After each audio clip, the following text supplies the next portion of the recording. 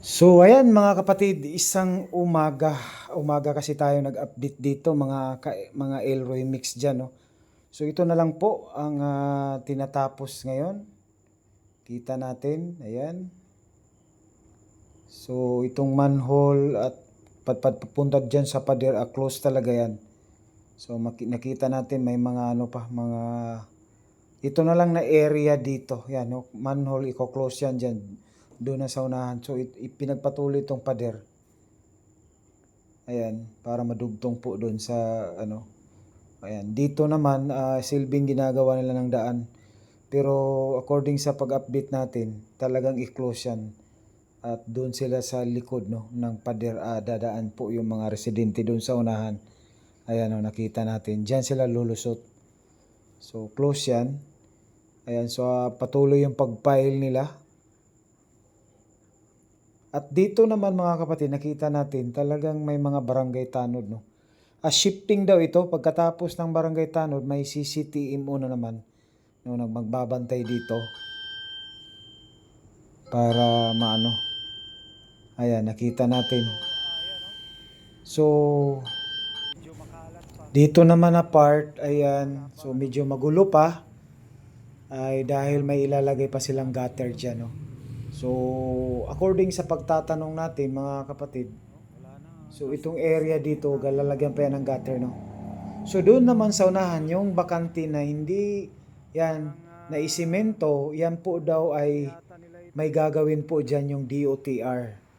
O iwan ko kung anong gagawin nila. Basta ang narinig natin parang e-charging sa mga bus. So dito pa, yan, naman yung pedestrian. Pinagpatuloy nila yan. So ito naman yung pedestrian nila. Ayan, nakita natin. Dito naman tayo sa kabila. Ayan, kita natin talaga yung dito sa may na-reprapa na pala. So marami pang matatapos ngayon. Sa nakita natin, mamaya tatrabahuin nila yan. So alas 6 siguro pag natapos ito ngayon. at saka yun, So yung mga nakita natin talagang area. pagbalik natin, Ayan. mayroon ng update dyan. So yan. So may itong mga reprop nakikita natin by Sunday daw, talagang Natapos operation ito. clean out na ito dito. Talagang wala na tayong makikitang buhangin, mga bato o mga nagtatrabaho.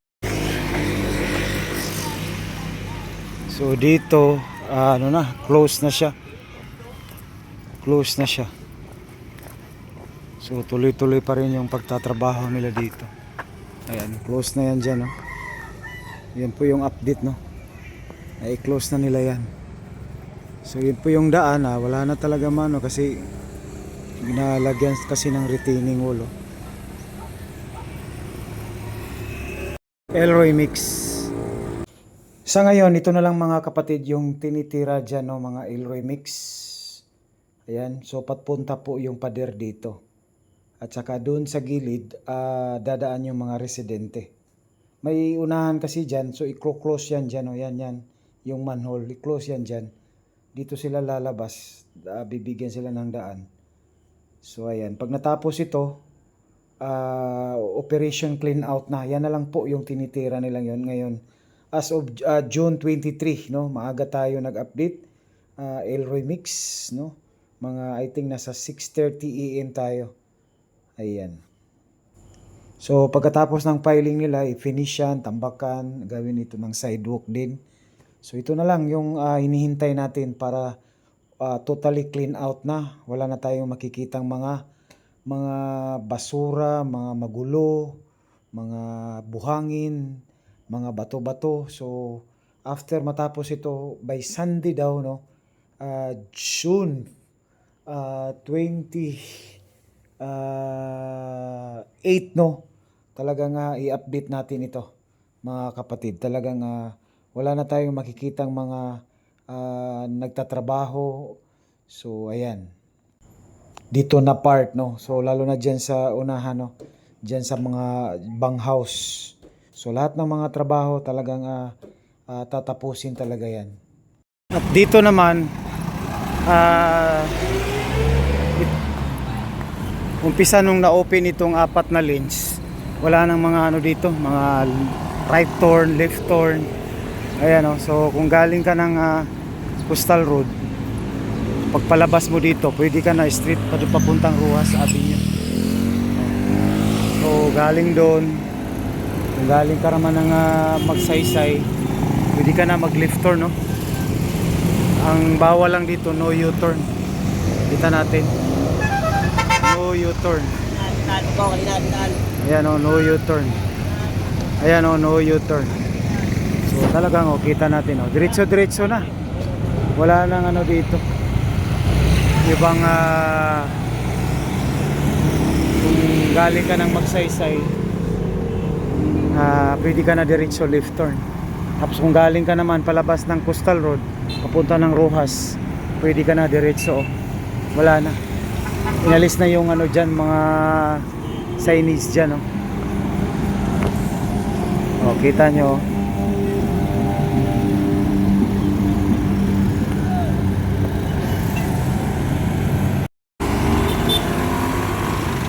Kaso lang magtingin ka talaga dito pag didiretso ka dito. Kasi talagang ano. At dito naman dati yung nag-vlog tayo dito talagang isa na city. So dati maraming mga ano yan dyan. Oh, kita natin. Talagang linisan yan, operation. Linis sila ngayon. Ayan. Malinis na. Good job sa ating mga linis na. Ayan. Sila po yung kahabaan. Ayan, maaga yan, no? Mga 6 AM. Ito naman, ito yung TikTok.